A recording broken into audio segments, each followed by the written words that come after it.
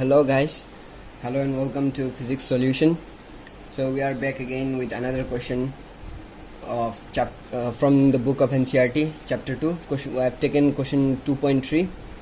So question कुछ इस तरह से है कि two charges 2 mu coulomb and minus 2 mu coulomb are placed at points A and B 6 centimeter apart. या आप देख सकते हैं कि मैंने आंसर पहले ही लिख दिया है क्योंकि ये एक थियोरेटिकल टाइप क्वेश्चन है, इसीलिए टाइम बचाने के लिए मैंने पहले ही आंसर लिख दिया है। सिर्फ मैं एक्सप्लेन करके जाऊंगा ये वाला, तो टाइम बच जाएगा आपका भी, हम मेरा भी।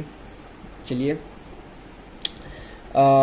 इसमें दो क्वेश्चन पूछा गया है। इस क्वेश्चन में पहले तो ये बताया गया है कि दो चार्जेस ए एंड बी में मतलब प्लेस्ड है।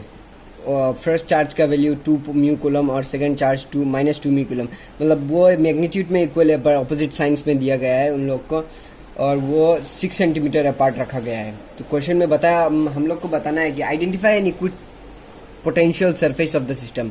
हम लोग को एक इक्वी पोटेंशियल सरफेस इस सिस्टम में बताना है, आइडेंटिफाई करना है। और सेकंड में बताया गया, पूछा गया है कि what is the direction of the electric field at every point on this surface.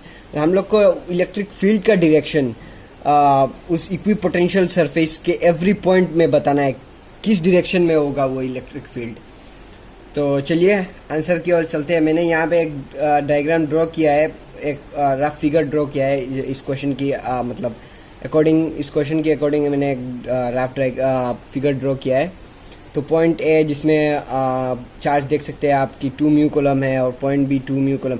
मैंने एक ओ को, एक पॉइंट को डिनोट किया यहाँ पे जो इक्वल डिस्टेंस में रखा गया है, ए से 3 सेंटीमीटर, बी से भी 3 सेंटीमीटर, क्योंकि ये हम क्वेश्चन में दिया गया है कि ए बी 6 सेंटीमीटर अपार्ट है, इसलिए इक्वल डिस्टेंस में मैंने एक पॉइंट ओ को डिनोट किया है।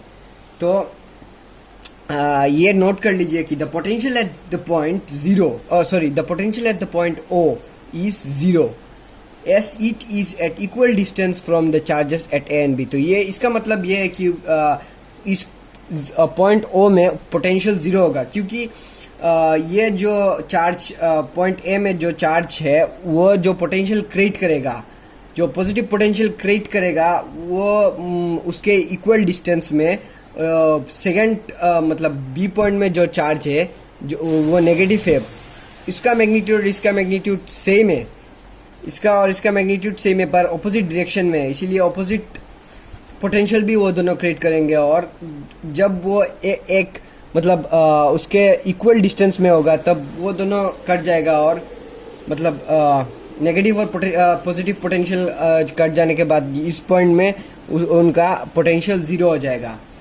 तो सेकंड में देखते हैं similarly all the points at equal distance from charges A and B will also have the same potential 0।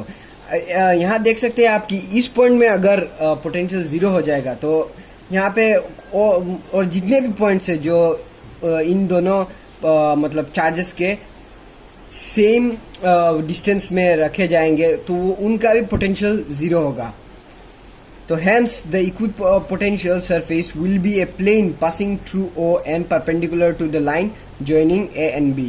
तो यहाँ पे लिखा गया है कि वो इक्विपोटेंशियल सरफेस एक प्लेन होगा जो ओ के थ्रू पास करेगा और परपेंडिकुलर होगा line joining A and B. तो ये हम लोग ड्रॉ करके देख लेते हैं कैसा होगा वो इक्विपोटेंशियल सरफेस।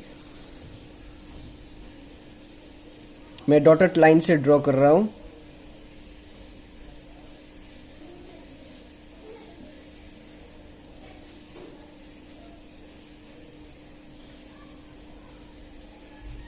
यहाँ देख सकते हैं मैंने कि एक प्लेन मैंने ड्रॉ किया है, रफ प्लेन मैंने एक ड्रॉ किया है जो ओ के थ्रू पास कर रहा है और परपेंडिकुलर है ए एंड बी से, मतलब इस लाइन के परपेंडिकुलर है to the line joining A and B, वो इससे परपेंडिकुलर होना चाहिए और इससे परपेंडिकुलर मैंने एक प्लेन ड्रॉ किया है। तो ये हमारा इक्विपोटेंशियल सरफेस हो गया।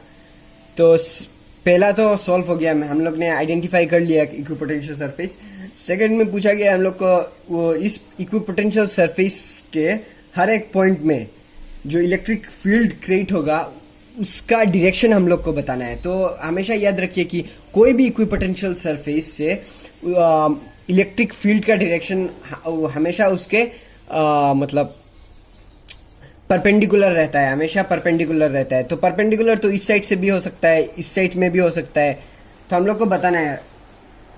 और एक बात हम लोग जानते हैं कि इलेक्ट्रिक फील्ड का डायरेक्शन हमेशा पॉजिटिव चार्ज से नेगेटिव चार्ज की ओर रहता है। तो यहाँ पे ए में पॉइंट ए में Q1 जिसका चार्ज है 2 म्यू कूलम जो पॉजिटिव है, और Q2 में चार्ज दिया है -2 म्यू कूलम जो नेगेटिव चार्ज है। इसीलिए इलेक्ट्रिक फील्ड का डायरेक्शन ए से बी की तरफ रहेगा।